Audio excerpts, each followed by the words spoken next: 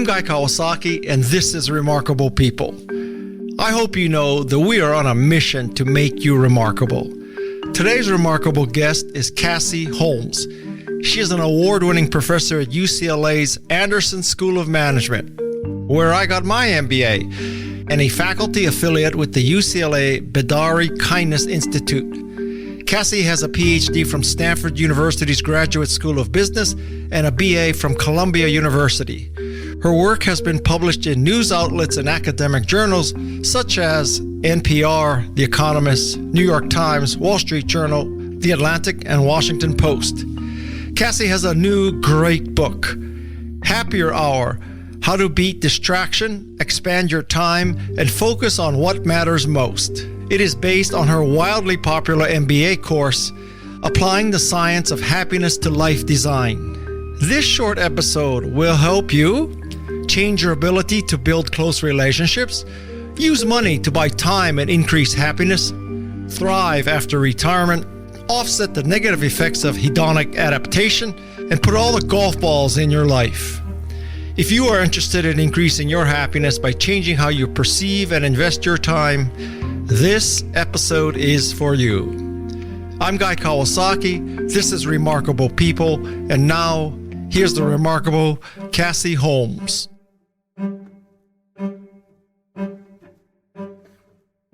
In the middle of your book, you bring up this topic called the relationship closeness induction task. Yes. Yes, and I love that you ask about it. And it's so interesting because in the entire book, Happier Hour, this is something that literally takes 15 minutes and not even a quarter of an hour, but it has such a strong effect. And it's really important because, and if you ask someone who does study happiness and how we should be spending our time, the sort of primary answer is through social connection. But it's not just spending time with people because that doesn't necessarily make you closer. It is the extent to which you're really connecting, and oftentimes that happens through conversation. And the relationship closeness induction task is a series of questions, and it was developed by researchers, validated by researchers, where it's a 15-minute exercise. So at UCLA, among our MBAs, I teach a course on happiness called Applying the Science of Happiness to Life Design. And I have them do in the class when I'm talking about the value of social connection. I'm like, okay, here guys, this is going to be an activity that you do. I pair them up. Oftentimes they actually know the other person, but by the end of it, they know them even better and view them as a friend. And what the task does is it gives a set of questions. So the first set of questions are things like, what's your name? Why did you choose to come to Anderson? But it's the small talk that often happens, at a cocktail party as one is introducing themselves. So I give them 5 minutes to go through that set of questions. And for each question, one person asks it, the other person answers, and then the other person asks it, and you answer. Then they move on and have 8 minutes for a next set of questions, which are a little bit more disclosive, a little bit more personal. What are your favorite hobbies? How do you like to spend your time? Things that are getting a little bit more about your personal experience. And then you go to the last set of questions, and these are much deeper and richer. What is your greatest fear? What is something that you're most proud of? What's one of your happiest childhood memories? And as you can see, with these questions getting more and more personal and disclosive, what that's doing is it's guiding you through exercise that we tend to do, hopefully naturally, as we engage with people. And what friendship is, it's about knowing someone and being known by someone. And by having this escalating reciprocal self-disclosure, that is what makes people feel closer and more connected. And so, like I said, this is a task that's been empirically developed and validated. So when people do it, they feel significantly closer to the other person and are more likely to want to spend time with that person in the future. So I do it to encourage my students to realize how you can authentically and genuinely connect with an individual if you just ask the right questions and are open enough to share about yourself. And what happened that time that you had an odd number of students and you had to be the other person? Yeah, as I mentioned, I have my students do this in class, and in one case, there was an odd number. So I was like, okay, I will happily jump in. And I did this task with a student, Gabby, whom I knew from having taught her for 5 weeks to that point, and she is an outspoken student, which I very much appreciate. So I'd heard her thoughts and knew her from class. But in this conversation, I learned much more than just that initial sort of first impression of someone being outspoken and gregarious. And I realized, and I learned that actually growing up, she had a lot of social anxiety, and she overcame it through, in her case, going to sleepaway camp. And she still is very connected to that camp. And she came to get her MBA because she wanted to go into media, feeling like seeing how important it was to her journey of overcoming her insecurities throughout her adolescence, and hopefully through media, helping people in their emotional journeys through storytelling and connecting with a broader audience. And in just that 15 minutes, she went from a student to a friend, and I so valued her and cared about her and absolutely grew to believe in her. So then I came home, and my husband, who works for a media company, I'm like, oh, I have someone whom I think you should hire. And it didn't happen immediately. She went through a whole interview process and etc. But now she is working for my husband's company. And I recommended her as a friend and not as a student. That bit of knowledge alone justifies reading your book. Is this not a sort of outline on how to form close relationships? And everybody talks about, oh, you got to be open and you got to be transparent and empathetic and all that bullshit. But you have come up with a list like, okay, for the first 5 minutes, you do this. The second 8 minutes, you do this. The second, whatever. And at the end of 15 minutes, you'll have a new friend. Yeah. Which is really powerful. That's magic. It is magical. And I would like to think that there's a lot more magical insights in the book than just this one. But I think what you're pointing to is this really gets at the crux of it, of the importance of social connection. I mean, there's lots of research that points to the role of social connection. And there's a incredible longitudinal study of 75 years, the Harvard study of adult development, where they tracked a cohort of young men who were in Boston, some who were Harvard students, others who were living in less privileged parts of Boston. And they tracked them over the course of their lives and would check in and see, what are you doing? How are you doing? And what they found at the end of these individuals' lives, that the single biggest predictor of life satisfaction was the extent to which they had strong, supportive relationships. Often that comes in the context, in the case of family, but it's also friends who are close enough that feel like family, all pointing to the critical role of friendship. And I can absolutely say, for me personally, my friends are a source of wonderfulness. And again, sort of reflecting their research, it's like when you have friends, that makes fine times more fun and it makes bad times bearable, those people.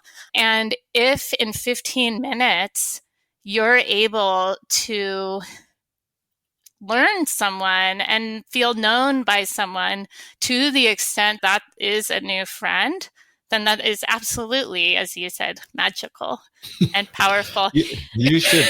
Do you own the intellectual property for this concept? No, you should look it up. There's a paper, the Relationship Closeness Induction Task.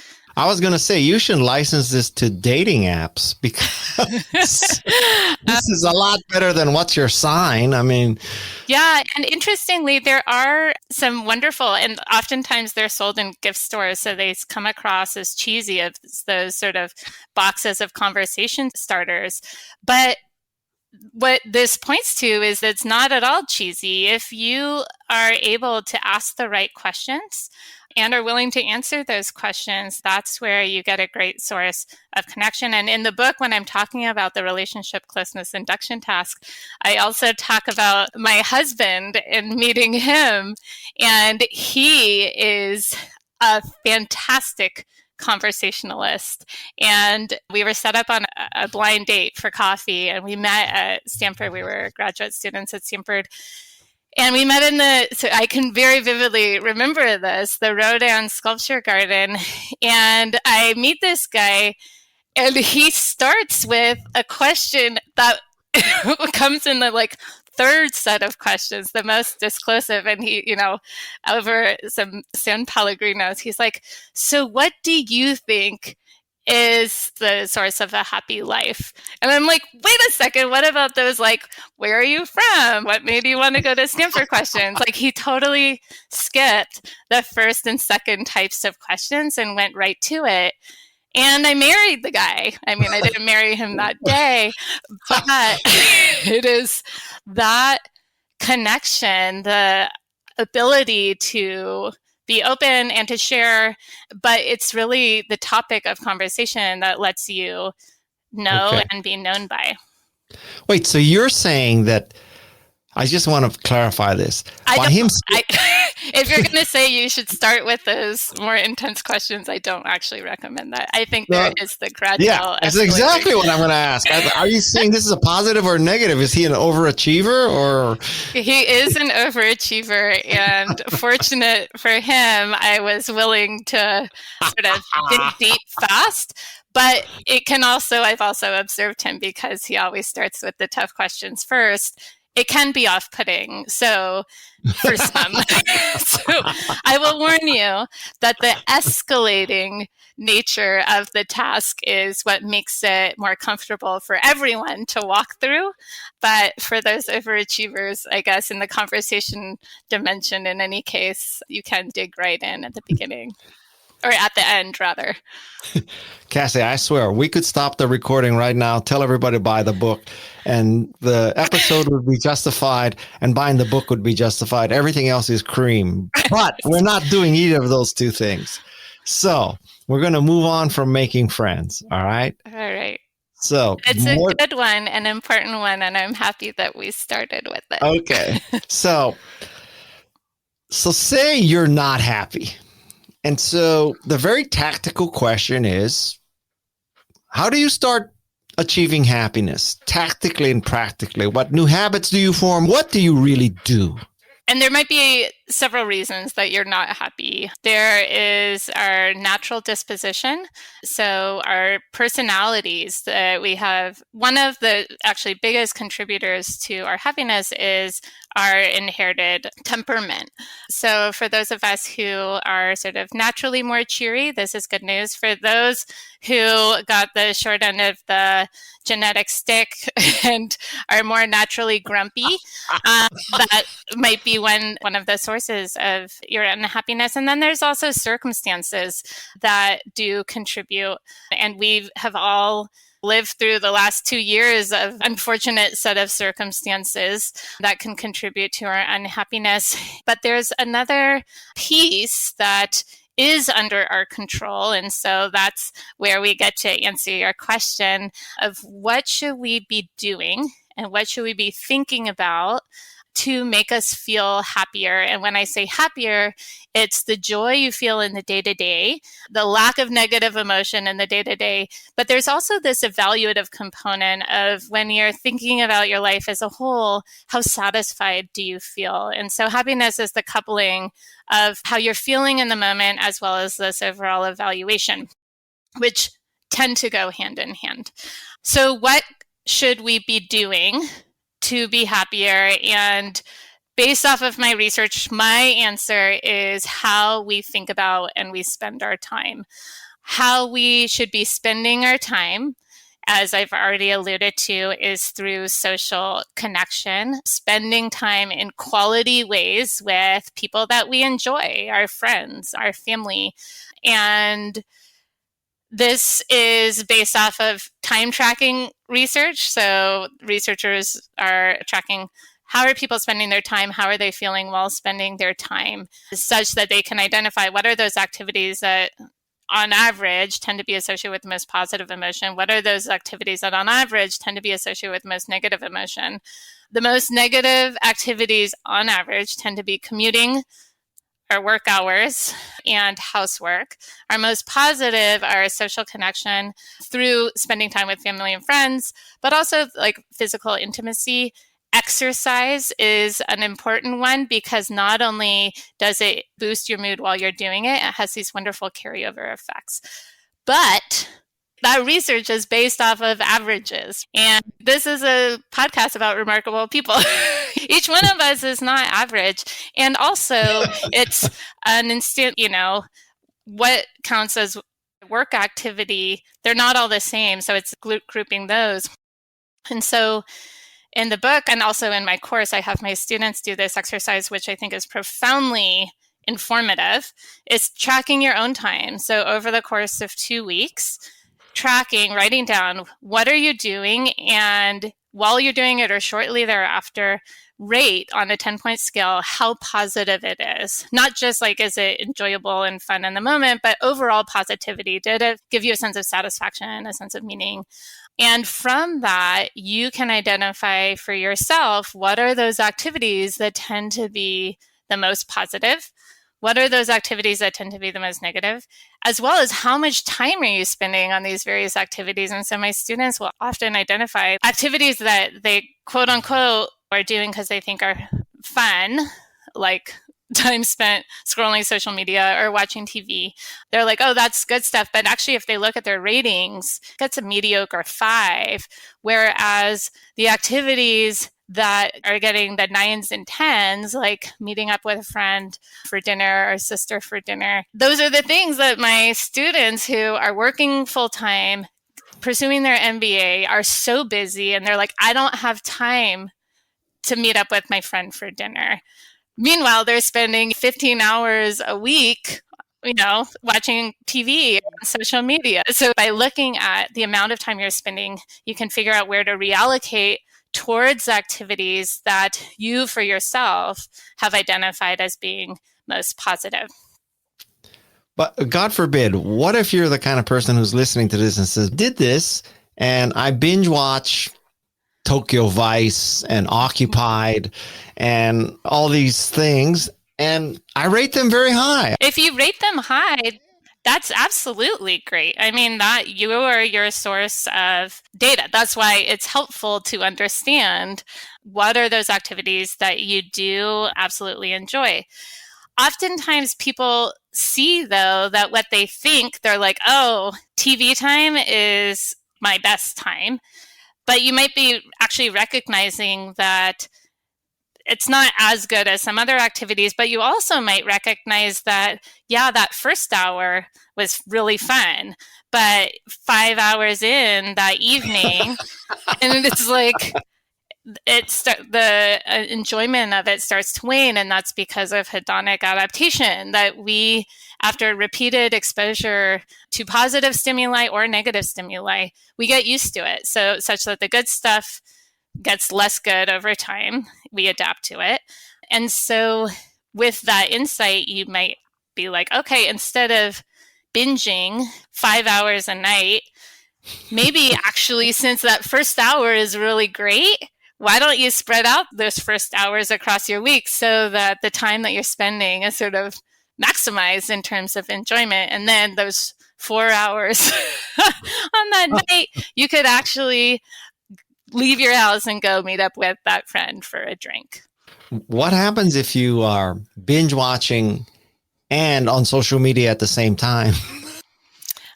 Interesting. Well, so you are multitasking. Yeah, well, a lot of people do that. So you are distracted, actually. And while the idea is that you're sort of being efficient in your enjoyment, research shows that when people are distracted from their current activity, they actually enjoy the activity less.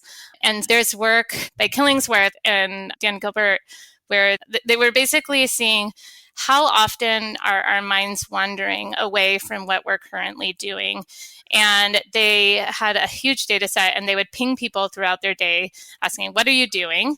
How happy are you? And are you currently focused on what you're doing? Are you thinking about something else? What they found was pretty nuts. They found that almost half of the time people's minds are wandering. They are not focused on what they're currently doing. And maybe that's fine, except when you look at their enjoyment data of how happy they are. And what the results indicated is that people are happiest when they are focusing on what they are currently doing. And so by multitasking, being distracted, particularly distracted from those activities that if you rated your TV time as some of your happiest, what you don't want to do is distract yourself away from that activity such that it undermines or reduces your enjoyment from that activity. And I think it's even more critical when you're thinking about, again, I'm going to talk about social connection again and again because it's so important. But when it's distracting you away from the time that you're with others, of having that conversation, whether you're following the relationship closeness induction task or you're just having a conversation otherwise, if your mind is somewhere else, then you are missing out on that opportunity to truly connect with that person and to solidify and cultivate that friendship, that relationship. And there's even a study that shows that when friends are having a meal together and just having their phone out, even if they're not on their phone, the mere presence of the phone makes them distracted. And from that distraction, it makes them enjoy that time with their friends less. And that's not even talking about the impact that it has on the other person when you are looking at your phone and on social media.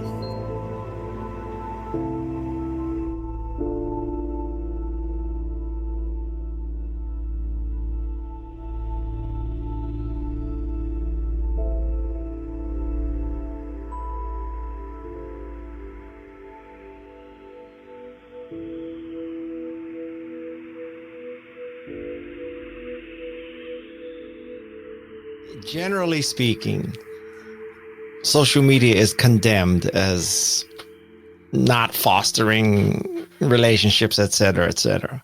But I would make the case that, at least for me personally, I have social interactions and friendships that would not be possible without social media. And so let's take a really good case in point. So in my iMessages, I have a family chat, and it's the 8 of us, the most grouped people we are. And we post pictures of each other and post pictures of ourselves and funny stuff, et cetera, et cetera. Now, I view that as a positive, extremely positive. Everybody says, oh, guy, you shouldn't be texting. You should be in the moment. So am I deluding myself? No. Of course, I would rather be with my son in San Francisco, but that's 2 hours away. So isn't texting and social media better than not having any interaction? Yeah, so you're actually right in with what the data shows. And you're right that generally there's a sort of sweeping over of the research that looks at the effects of social media, but it absolutely depends on how people use social media. So the negative effects of being on social media come from passive usage, passive engagement. So when you are watching the lives of others, following without actually interacting with folks whom you already have an existing relationship. When you're using social media in exactly the way that you suggested, where you're actively participating and using it to connect with individuals whom you already have an existing relationship, then you actually see a boost in well-being because it increases your sense of social connection. So when you use social media or technology, even you're talking about texting or social media where you're sharing your experience with your family, your sort of unit of family and friends, and they are sharing with you, that is through boosting your social connection. It makes you feel happier. When you see the negative effects, again, with passive usage, where you see when people are watching others' lives, it actually makes them feel more lonely because they are watching and not interacting, and they are not a part of what they're seeing. And you see, a sense of FOMO, that these people are having this wonderful experience. I'm not there. It's also a not representative sample of other people's experiences, because what are people posting? They're posting their happiest moments. And this isn't your son posting to you. This is someone posting so like all the world to see. It's Right. only their happiest moments. And so as folks who are sort of passively, scrolling through people's happiest moments, that has a negative effect, because you're like, oh my gosh, at this moment, I happen to be sitting on the couch. I'm not having a particularly happy moment. And it makes you feel really crummy. And through that sense of isolation and loneliness, then you see this drop, as well as through social comparison. So you're using technology in absolutely the best way. And again, because it's social connection. I feel redeemed. Good. I would say not only redeemed, I feel relieved. Okay, one more question about happiness. Yes. Do you believe in this theory? And pick the number, but it's surprisingly low number. This theory or findings that after you make 80K, 100K, whatever per year, the marginal benefit and joy and happiness you receive of each additional dollar is not that great. Once you got the baseline covered, money doesn't matter that much in happiness. Do you believe that? I do believe that. And looking at the research over the years, and that being the conclusion that in terms of your day-to-day, how you're feeling, more and more money isn't as strongly associated with happiness as people predict. And some of the reasons for that, actually, I just alluded to the role of social comparison. There's always going to be individuals who have more, and oftentimes we assess how we're doing by looking at how are we doing compared to those around us. As you make more money, you are exposed to people with more money. And so there will always be people who are making more. And so that is not a good thing. Also, hedonic adaptation, as I alluded to, this psychological tendency as well. We get used to things over time. And so say you get a great raise, and you're super excited at the beginning, but then as you're living with that amount of money day in and day out, you get used to it. You stop noticing it. Or that particular dimension of your life isn't, when I ask you, how are you feeling or how satisfied are you? That's not the number one contributor. The reason that I focus on the role of time as our most critical resource and not money is because how we spend our time in the day-to-day, our attention during that time continues to affect how we are feeling. When I ask you, how are you feeling right now? It is influenced by what you're doing, and it is influenced by what you're thinking about. And that is something that we practice. It is something that we are doing. So to answer your question that you asked a little bit ago, is there stuff that we can do? And it's absolutely, yes.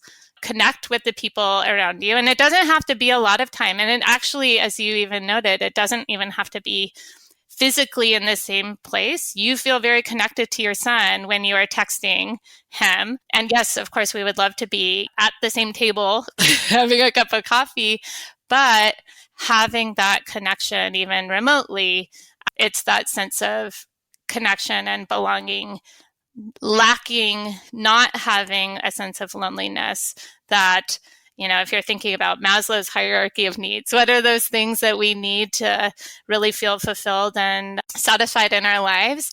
Just beyond those physiological needs, shelter, food, safety. And that is why money at those low levels is actually important, to the extent that you are able to meet those needs of paying the rent, getting food on the table, being in a neighborhood and being able to afford a neighborhood where you do feel safe. Just beyond that, the most basic psychological need is belonging and sense of connection. And so that's where you get into, beyond what money can buy, it is how we spend our time. Well, small world. On Friday, I'm interviewing Jeff Cohen, who is Mr. Belonging at Stanford. Great. So, Yes. yes. How about if somebody says, well, I tell you what, pick that number, 80,000, 100,000. But if you make more than that, then can't you use money to buy time in the sense of now I can have someone clean the house. I can have someone cook. I can have someone drive my kids to school. So I'm getting back time by making more money. How do you say that getting more money isn't a positive? Well, the reason that it's a positive in that exact way is that you're using it to buy better time. And to the extent that you do, it is associated with greater satisfaction. So there's wonderful work about the value of outsourcing. So as I mentioned, one of the activities that tends to be associated with the least positive emotion is household work, chores. So to the extent that you can identify for you, what are those chores that absolutely feel like a chore? Because something that's a chore for me, like cooking, might not be a chore for you. You might love the opportunity to create new flavors and to serve a meal to folks and enrich their experience. For me, cooking is the worst. So I absolutely spend money to buy out of that time. And the benefit of that really, and the data shows, is it's not just that I'm not doing that chore, it's that then I reallocate that time I would have spent in that way in a more positive way. So instead of being at the stove and cooking a dinner, which I don't enjoy that time, and instead at the dinner table with my family, having those connecting conversations, that's where you get the boost in happiness there. And these time-saving services do cost a little more money. Another way that you can actually invest money for greater happiness is also through better time, and it is through buying experiences, and in particular, shared experiences that are enriching.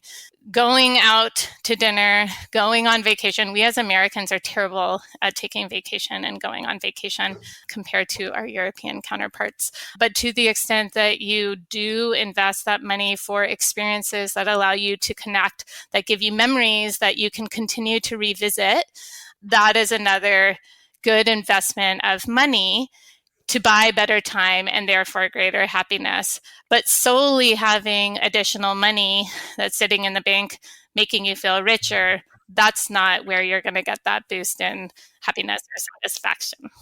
I'm curious, do you use something like Home Fresh where you open up the box and all the ingredients are there and all you have to do is cut it and 15 minutes later you have a dinner? I totally do. Mine happens to be Gobble, which is a similar food service, and I love it. And their marketing speaks directly to my soul. On the packaging, it's Gobble time. This is family time. So I'm like, yes, by not having spent the time going grocery shopping and cooking a meal from scratch, I am able to spend that time better with my family. So I am a big proponent of these food meal services. This is like the redemption episode. I'm glad I'm making you feel good about yourself. That's absolutely my goal for every individual. You should all feel better. So what is the sweet spot between too little and too much time? Because you show a graph in your book that says, yeah, too little time is bad and so is too much time. This was actually a really important research for me personally, because as someone who feels time poor, and that is the acute feeling of having too much to do and not enough time to do it, which has really negative ramifications. It makes us less healthy, less kind, less willing to help others, less confident, able and believing that we can accomplish what we set out to do. I was experiencing it made me less happy. And so when I was earlier in my career a faculty member at Wharton, and I had our son and he was a baby, and I was like, oh my gosh, I don't know if I can keep up with this work, family, being a good friend, all of those things. I was like, maybe I should quit so I could have a lot more time. But then would I feel happier if I had a lot more time? And so what we did with Hal Hirschfield and Marissa Sharif we analyze data to look at what is the relationship between the amount of discretionary time you have in your day-to-day, so hours that you spend on activities you want to do, and your life satisfaction. And we analyze data from the American Time Use Survey, which looked at tens of thousands working and non-working Americans. We could calculate for a random day how many hours did they spend on discretionary activities. And what we found, the graph that you're referring to, is this inverted U shape. So on one side, which was where I was existing, with too little time, we do feel less satisfied, which was answering my question that I was grappling with. If I had a lot more free time, if I quit my job, this data suggested that actually I wouldn't feel happier. In fact, I would actually also feel unhappy. And in our digging into that effect, the too much time effect, and it is driven by lacking sense of purpose. So we want to feel that within our days that we have something to show for how we spend our hours. We want to have a sense that we've produced something, that we are productive. With too much time, we don't feel productive. We feel absolutely unproductive, and that makes us feel less satisfied. But within, and at least in this data set, between 2 and 5 hours of discretionary time within a day, the relationship was largely flat. So that would be the sweet spot. So less than, again, within this data set, less than about 2 hours, too little time. More than about 5 hours is too much time. But between 2 and 5 hours, that's actually a pretty wide range. And then it suggests that it's not how much time you have, it's how you spend that time. Getting back to our earlier discussion of the activities we should be spending our time on, as well as our mindset during those activities of being engaged, not being distracted, so that we make the most of that time.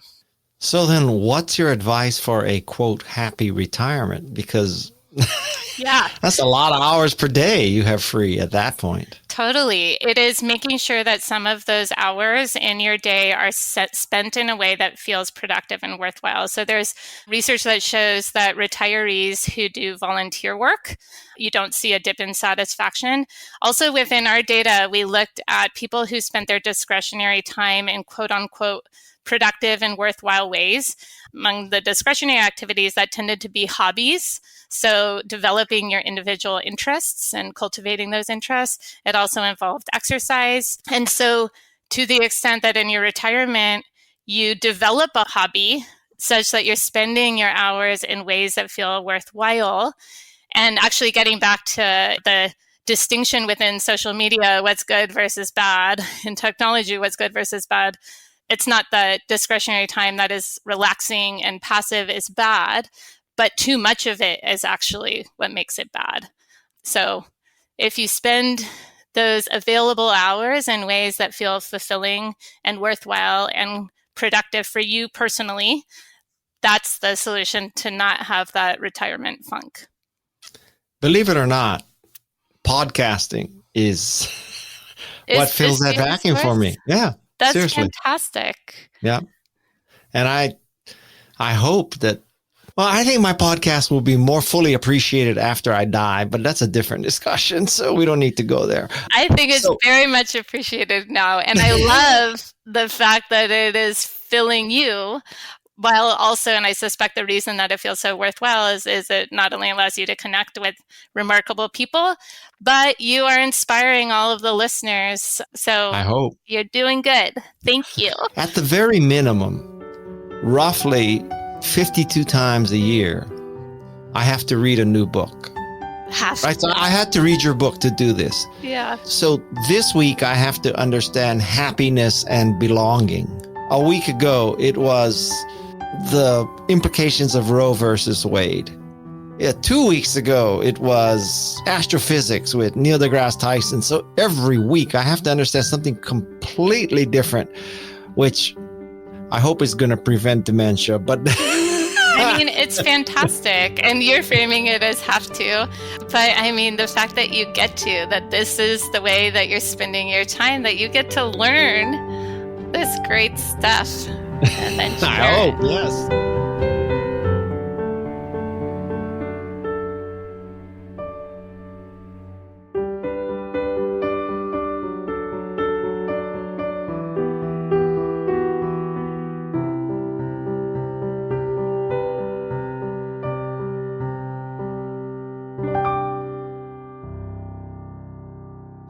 fascinated what your opinion is of the old yarn that if you want something done, ask someone who's busy. Ugh, you know what? I hate it because I keep being asked to do stuff. And yes, people who are busy tend to be able to get things done, but that doesn't mean that it's fair. So I do not support, whether it's true or not, I don't support that approach. Well, one more question about time. How does one gift time or give time? Yes, you can do it through giving experiential gifts. And we have research that shows that when you give an experiential gift, it makes the recipient feel closer and connected to you. And that could be buying them a wonderful dinner, getting them concert tickets. You can also gift time by fully showing up with the time that you're spending with the other person. So bring, the relationship closeness induction task and ask those questions. Gift that time of an opportunity for you to really connect with each other. And from that time that you have spent, you will come away, both of you will come away fuller and happier. And that's a lovely gift. You have mentioned twice the hedonic adaptation or hedonic treadmill concept. Yes. First, I'm going to let you explain that so that people who heard it twice are wondering what it is now know. So you use that as if everybody understands what that is. I didn't know that till 24 hours ago. So first, let's explain that concept. And it's a really important one because it is a big contributor to how happy we feel in our day-to-day and how satisfied we feel from particular stimuli in our life. So hedonic adaptation is our propensity to emotionally adapt to stimuli after repeated exposure. If I'm eating a tub of ice cream, how do I feel from that first bite, that second bite, that 10th bite, that 20th bite when I'm at the bottom of the tub? The first bite is delicious because I am fully attending. I haven't started adapting yet. The second bite's still delicious. When I get to bite 10, I'm probably thinking about other things. Bite 30, I might actually start feeling sick. So we adapt to stimuli. And this is actually really good when we are exposed to negative stimuli. That is, over the course of the pandemic, we got used to very negative experiences that we were sort of shut up in our homes. We couldn't see others. We were wearing masks, but we got used to it. And we were able to, those negative features stopped affecting us quite as strongly. The reason that it is so important to understand the role of hedonic adaptation is that not only does it help us be resilient and get used to or less affected by negative stimuli, it makes us less affected and stop paying attention to the joys that are in our life. So if you can think about, if you have a partner, think back to the very first time that person told you that they love you. And it's like fireworks in your heart, in your head. It is so affecting. Yeah. That first time is like that first bite of ice cream, like, oh. Then that person, if you're married to them for 10 years, I love you. And the impact of those words have become words that you sort of say as you're leaving the house. Love you, to like hang up the phone. The meaning, the impact of those words has started to wane. Now, it's important to recognize that this happens because there is so much joy that is in our lives if we just continue to pay attention to it. And one way that you can do that often, so if I ask you now, think back on your last week. What was something that brought you intense joy? And oftentimes, I encourage you to think for yourself, oftentimes when I ask people to share, these are these very sort of mundane moments for me, I can say having a little coffee date with my 6-year-old daughter. She has hot chocolate. Don't worry, I don't caffeinate my daughter. But it's that moment, it's those 30 minutes that it's the two of us and we're chit-chatting and delighting in each other's company. That is such a mundane, everyday experience. And it's so everyday that we tend to assume it will continue to happen every day. And by assuming that it will happen every day, we stop paying attention. We stop treasuring it quite as much.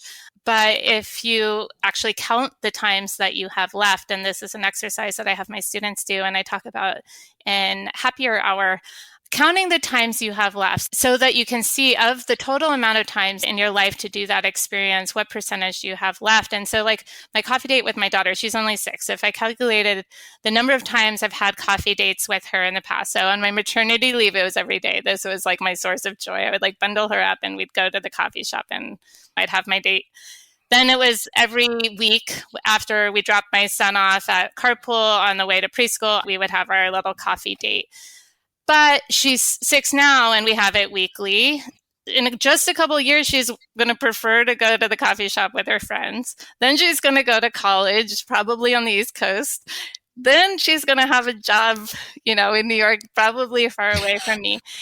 And at some point, I'm not going to live forever.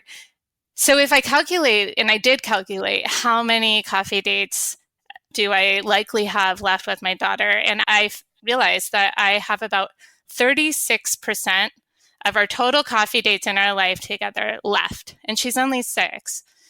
And while initially you might be like, oh my gosh, this is a terrible exercise. It makes me want to cry. It's actually really profoundly impactful, because what it does is it makes me prioritize that time with her now. I am not going to take a meeting at 8 o'clock on a Thursday because that's when we have our coffee date. I protect the time. When we're spending the time, I am definitely going to put my phone away so that it's not distracting me from our time, our little chit-chatting together. So I make more of that time. And that specialness makes us not only pay attention during it, but touch back to it and remember it and anticipate it.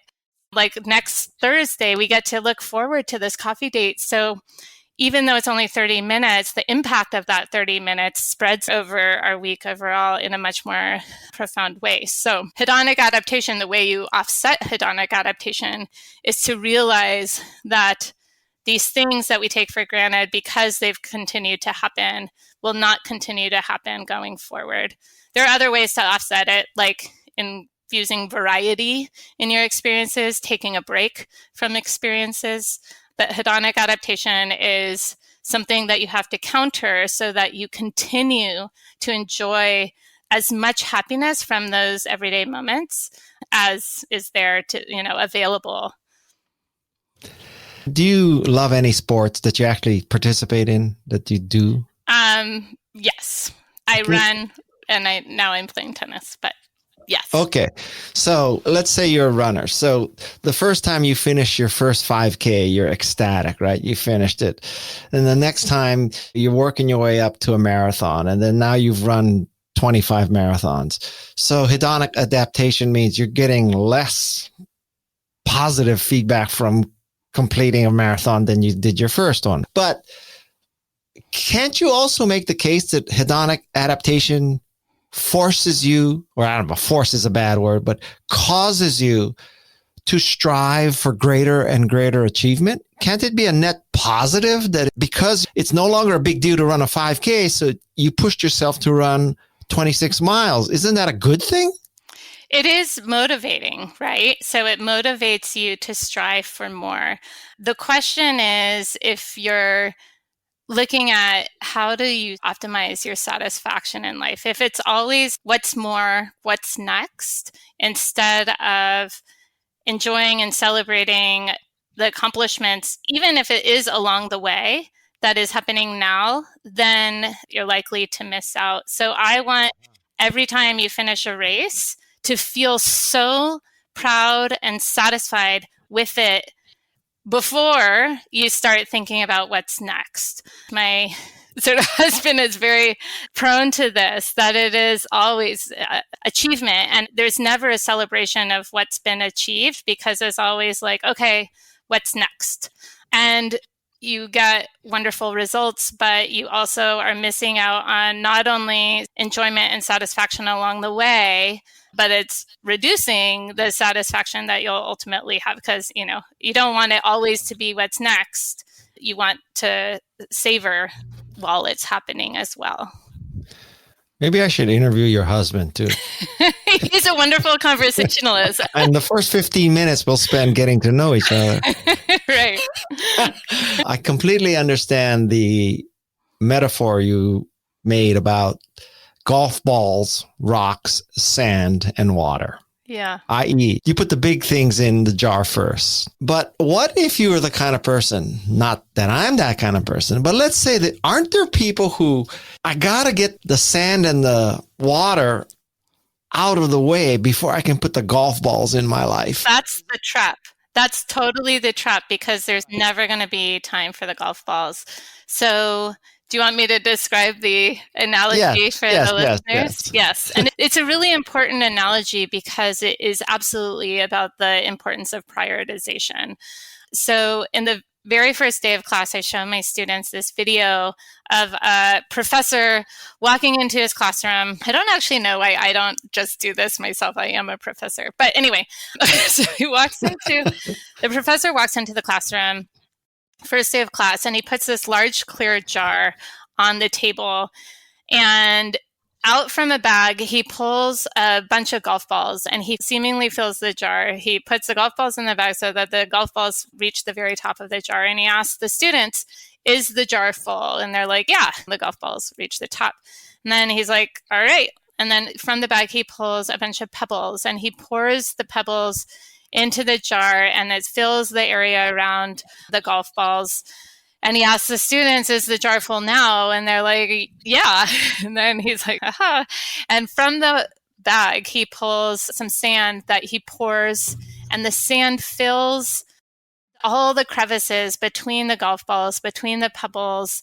And he asks, is the jar full? And they're like, yes. And he describes if the golf balls are those important things. Those are those sources of joy for me, my coffee date with my daughter, currently for you, your podcast time, your time texting with your son. This is the stuff that fills you and brings you joy. The pebbles are all these sort of other stuff like job and work or the car that you drive, whatever. Sand is everything else. Sand is all the stuff that fills your time, whether it's passive social media, it is all the tasks that are thrown at you, the administrative tasks, the email inbox. If you let the sand get put into your jar first, and the jar is your time, that is the time of your life. If you put the sand in first, the golf balls actually wouldn't all fit into the jar. And then also, actually, after he filled the sand, then he pulled out from the bag 2 bottles of Corona. He opened one of the beers. He pours it over the jar that was presumably full. And one of the students is like, well, professor, the golf balls are the important things. The sand is everything else. What's up with the beer? And he's like, that just goes to show that no matter how busy you are, how full you feel your time is, there's always time to have a beer with a friend. And this is a really important analogy for all of us to keep in mind because we are so susceptible to sand filling our time. We are so susceptible to saying yes to those incoming requests, regardless of whether they're important, they just seem urgent. And by filling our time with that sand, and you can identify for yourself what your sand is by actually the time tracking exercise that I talked about earlier, of looking at what is filling your weeks that, your ratings are sort of mediocre, or in some cases negative. What's that sand? Because you want to offset the sand from filling your time jar, you need to put the golf balls in first. You need to set and protect the time. I carve out time from the coffee date with my daughter. Whatever your golf balls are, put those into your schedule first, make the time, and then sure, there can be sand, there will be sand, and it will fill all the crevices, but at least it won't crowd out the space where your golf balls go. Okay. Sand for me is email. Ugh, me too. And I have found a solution to that, which is a virtual assistant. So she handles the sand while I try to focus on the pebbles and the golf balls. But that's great. And does it work? Yes, because most people know my email address is guykawasaki@gmail.com. And so hundreds of emails come in there every day. She takes the first pass at that. And what she can handle, she handles. What only I can handle, she forwards to me. And the spam and all that is thrown away. So she probably gets rid of 90%. And then even the stuff, the 10% that she sends to me, I send back to her that email saying yes or no. And so then she has crafted these wonderful, empathetic things. Thank you very much for this opportunity to work with you. However, I'm focused on podcasting and Canva. So despite the fact that your opportunity is so attractive and so interesting, I just don't have the bandwidth to do it.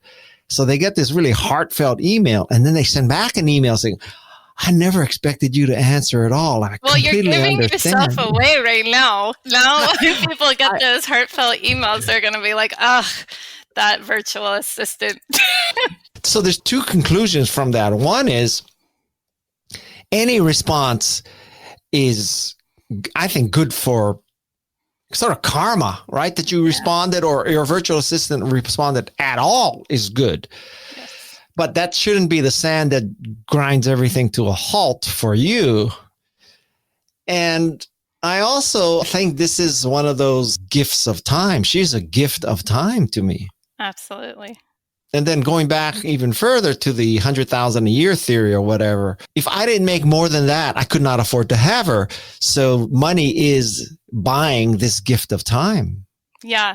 To the extent that you spend the money to give yourself the gift of time, and then you reallocate those hours or what would have been spent in the Sandy email on things that are fulfilling to you, which is wonderful. So you can spend money wisely, but the solution for happiness is through better time. Okay. So if you're out there listening and you got a heartfelt email rejection from me, you should know it didn't come from me. But they can feel really good that you are spending your time in ways that keep you going and keep you motivated and fulfilled. So, I'm spending my time doing valuable things like podcasting. Right. So there you go. Because it takes a considerable amount of prep and editing to do a podcast. It's not as simple as turn on the record button. And as you said, you read the books. And you learn and you integrate, and then you have the conversations. And then I have a theory in podcasting that the most important thing you can do as a podcaster is your very first question should put the guest in the mindset of, holy shit, this guy, this gal really prepared. This guy is not just asking me, so what makes you happy? When somebody can dive deep into what's the relationship closeness induction task, that means that person has prepared, which then I hope. So you got that question and you said to yourself, oh my God, guy has prepared. I got to be at the top of my game for this podcast. And it's fun. It's like, yay, we get to dig in. Here we go. And it totally, it has that effect. When I'm on the opposite side, I hate when the first question is, so what was it like working at Apple? Well, shit. I mean, how many times do I have to answer that question? Well, you do an amazing job with these podcasts, and I love listening to yours because it does bring out a very interesting angle and part of the person whom you're talking to. Okay, tell me the truth. Won't Cassie's ideas help you lead a happier life? I'm pretty sure they will. I'm Guy Kawasaki. This is Remarkable People. We're the folks who are on a mission to make you remarkable.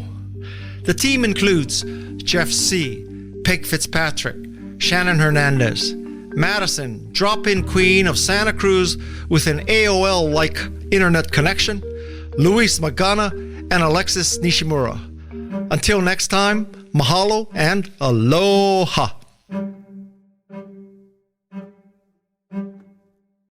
This is Remarkable People.